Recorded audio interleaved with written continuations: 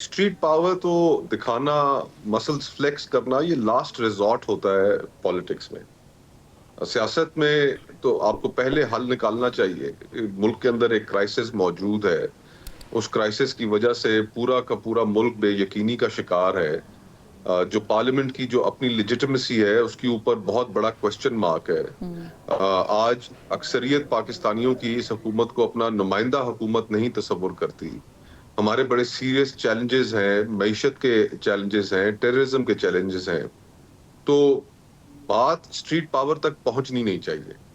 لیکن اگر مسل فلیکس کرنے کی ضرورت پڑ جاتی ہے تو پھر مولانا فضل الرحمان صاحب کا اور تحریک انصاف کا جو کمبینیشن ہے وہ ایک لیتھل کمبینیشن ہے. آپ دیکھیں کہ جس رات پہلی ملاقات ہوئی اپوزیشن رہنماؤں کی، جس میں مولانا صاحب، شاہد خاقان صاحب، محمود خان صاحب اور تحریک انصاف کے اسد کیسر صاحب، شبلی صاحب شامل تھے، علامہ ناصر صاحب بھی. تو اس کے اگلے روز ہی وزیر اعظم مولانا صاحب کے گھر پہنچ گئے. حکومت کو احساس تو فوراً ہوا کہ، اور وہ بھی سیاستدان ہیں، یہ بات سمجھتے ہیں کہ اگر یہ کمبینیشن بن جاتا ہے تو یہ ایک it will be a force to be reckoned with. لیکن اس میں دو پہلو یہ ہیں کہ ایک تو ظاہر ہے کہ بڑی اشورنس چاہیے ہوگی مولانا فضل الرحمان صاحب کی طرف سے، کیونکہ آپ کو 26ویں آئینی ترمیم یاد ہوگی، مصطفیٰ نواز کھوکھر صاحب یکسر مسترد اور پھر یکسر مان بھی گئے تھے. لیکن آپ نے اس سے پہلے بڑی انٹرسٹنگ بات کی. آپ نے کہا کہ جو مسل فلیکسنگ ہے وہ ایک آخری پوائنٹ ہوتا ہے اور وہ بالکل آخری آپشن ہوگی. آپ کوئی معانی رستہ نکالنے کے لیے بات چیت کر سکتے ہیں یا کردار ادا کر سکتے ہیں؟ دیکھیں، اس میں سب سے پہلی چیز تو یہ ہے کہ آپ کو کرائسس کو اپریشیٹ کرنا پڑے گا، اس کو ایکسیپٹ کرنا پڑے گا. اگر تو حکومت یہ سمجھتی ہے کہ کرائسس ایگزسٹ ہی نہیں کرتا تو پھر تو الٹیمیٹلی بات سڑکوں پر ہی چلی جائے گی. لیکن وہاں تک بات جانی نہیں چاہیے. اور جہاں تک اپوزیشن اتحاد کا تعلق ہے تو اس میں کوئی شک نہیں کہ ہر جماعت کی اپنی سیاست ہوتی ہے اور تمام جماعتیں اپنا نظریہ بھی رکھتی ہیں.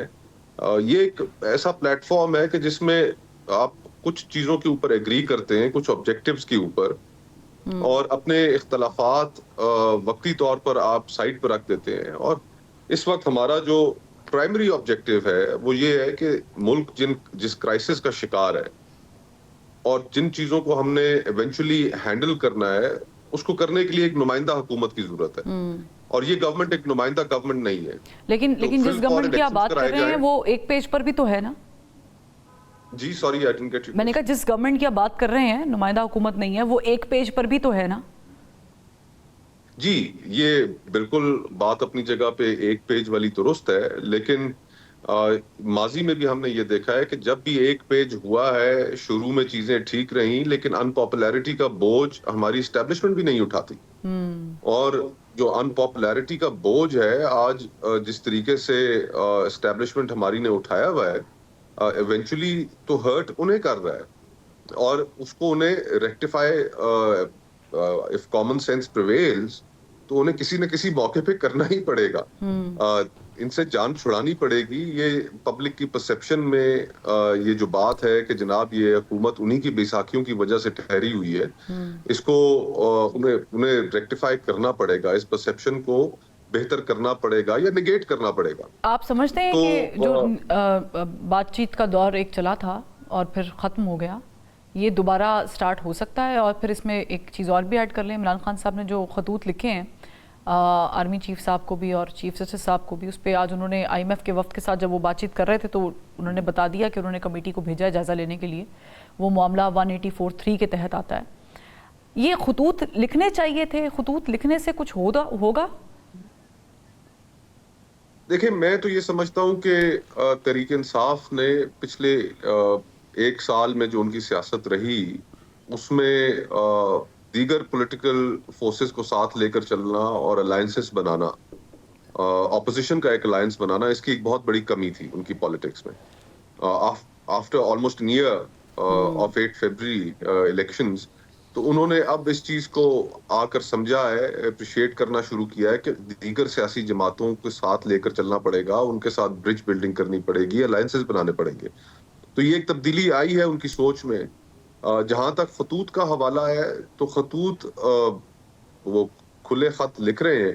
میرے خیال سے ہماری پہلی ترجیح تو یہی ہونی چاہیے کہ حکومت کے اوپر پریشر کریٹ کرنے کے لیے اپوزیشن اکٹھی ہو, اور اپوزیشن اکٹھی ہو جائے گی تو پھر اس کو بھی ایک لارجر ایجنڈا لوگوں کے سامنے رکھنا پڑے گا.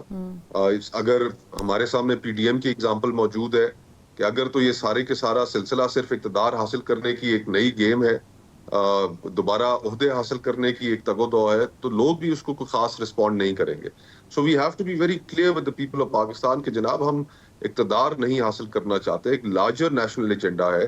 اس نیشنل ایجنڈا میں ہم نے ریسٹوریشن آف ڈیموکریسی کی بات کرنی ہے, ریسٹوریشن آف کانسٹیٹیوشن کی بات کرنی ہے, انسانی حقوق کی بحالی کی بات کرنی ہے, میڈیا رائٹس کی بات کرنی ہے, پیکا کو بیک رول کرنے کی بات کرنی ہے, 26 کانسٹیٹیوشنل امینڈمنٹ کو ختم کرنے کی بات کرنی ہے. ہم نے ان چیزوں کے اوپر یہ مقدمہ لے کر جب ہم لوگوں کے سامنے جائیں گے تو تب پھر لوگ بھی اس کو رسپونڈ کریں گے. اور میں سمجھتا ہوں کہ اس وقت جو ماحول بن گیا ہے کہ لیگل فٹرنیٹی آپ دیکھ لیں کہ دیر آپ ان آرمز اگینسٹ 26 کانسٹیٹیوشنل امینڈمنٹ, جو جتنے جرنلسٹ کمیونٹی ہے وہ دیر آپ ان آرمز یہ پیکا لا کی وجہ سے, جہاں پر فریڈم آف ایکسپریشن کو بڑا سیریسلی کرٹیل کر دیا گیا ہے. تو معاشرے میں گھٹن بہت بڑھ گئی ہے, اور یہ ایک آئیڈیل اپرچونٹی ہے کہ اپوزیشن اگر اپنے ڈیفرنسز کو ختم کر کے ایک پلیٹ فارم پہ آ جاتی ہے. اگر عمر ایوب صاحب یہ کہیں کہ آئی ایم ایف کا مشن اگر ہم سے ملے گا تو ہم انہیں بتائیں گے 26 یعنی ترمیم سے متعلق بھی اور الیکشن سے متعلق بھی, ایسا کیوں ہوتا ہے کہ جن کے ساتھ آپ ظاہر کہ الائنس بنایا ہے ان لوگوں کی روایت رہی ہے کہ وہ آئی ایم ایف کو خط بھی لکھ دیتے ہیں, وہ لابیز بھی ہائر کرتے ہیں, لابنگ فارمز بھی ہائر کرتے ہیں, وہ وہاں سے احتجاج بھی کراتے ہیں, اور پھر جب آئی ایم ایف کی بات آتی ہے تو وہ کہتے ہیں ہم انہیں کا شکایتیں بھی لگائیں گے. تو ٹیبل تو کہیں اور ہے بات کرنے کا, بات تو کہیں اور کی جا رہی ہے. دیکھیں اس میں دو طرح کی سیاست انوالوڈ ہے. ایک کسی بھی جماعت کی اپنی پالیٹکس, اور دوسرا اپوزیشن کے متفقہ پلیٹ فارم سے ایک پالیٹکس. تو جو متفقہ پلیٹ فارم سے جو پالیٹکس ہے اس کے اہداف میں نے آپ کو بیان کر دیے کہ کیا ہونے چاہیے.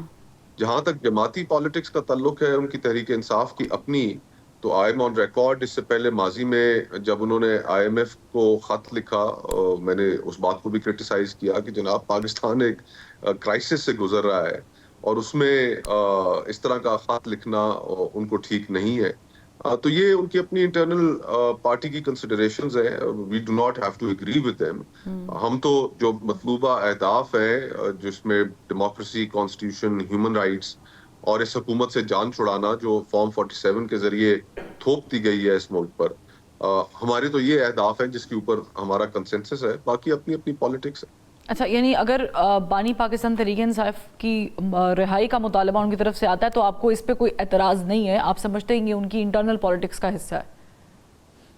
دیکھیں ان کی رہائی کی بات تو پہلے دن جب پریس کانفرنس کی آج سے ایک ہفتہ پہلے مولانا فضل الرحمان صاحب اور دیگر جو اپوزیشن کے لوگ وہاں پر موجود تھے تو سب کی طرف سے یہی مطالبہ تھا کہ پولیٹیکل پرزنرز کی رہائی کی جائے. اب آپ لاہور میں دیکھ لیں, یاسمین راشد صاحبہ, چیمہ صاحب, شاہ محمود قریشی صاحب کب سے جیلوں میں پڑے ہوئے. تو ایک یہ پرسیپشن تو نہیں ہے, یہ تو ریالٹی ہے کہ اس وقت ملک میں پولیٹیکل پرزنرز موجود ہیں. تو سارے پولیٹیکل پرزنرز رہا ہونے چاہیے. کیوں ان کو جیلوں میں رکھ کے کیا مقصد حاصل کیا جا رہا ہے؟ تو یہ بات تو اس دن کی ہم سب, لیکن جس طریقے سے ٹرانسفر کیا جا رہا ہے, تقرریاں ہو رہی ہیں سپریم کورٹ میں 26ویں یعنی ترمیم کے بعد, آپ کو یہ پاسبلٹی لگتی ہے؟ دیکھیں ہماری عدلیہ کی کوئی شاندار تاریخ تو ویسے ہی نہیں ہے. اس ملک میں جتنے بڑے جرائم ہوئے سیاسی پاکستان کی قوم کے اگینسٹ, ہماری عدلیہ ان میں شریک جرم رہی ہے. لیکن اس کے باوجود ہم سمجھتے ہیں کہ جو 26 کانسٹیٹیوشنل امینڈمنٹ کے بعد جو تھوڑی بہت انڈیپینڈنس بھی تھی وہ بھی عدلیہ کی اب جاتی رہی ہے. اور یہ ہمارے ملک کے لیے ان دا لانگ رن بہت خطرناک بات ہے کہ جس طریقے سے کورٹ پیکنگ کا پرسیپشن ایک ابھر کر سامنے آ گیا ہے. حکومت نے, ایگزیکٹو نے کنٹرول حاصل کر لیا ہے عدلیہ کا, کہ جہاں پر من پسند ججز کی ٹرانسفرز ہو رہی ہیں, سینیورٹی پرنسپل کو وائلیٹ کیا جا رہا ہے. اس سے تو پھر بچی کھچی عدلیہ کی آزادی بھی گئی, اور عدلیہ سے حکومت کے خلاف فیصلہ لینا, اور حکومت عمومی طور پر ہمارے جیسے ممالک میں وہاں پر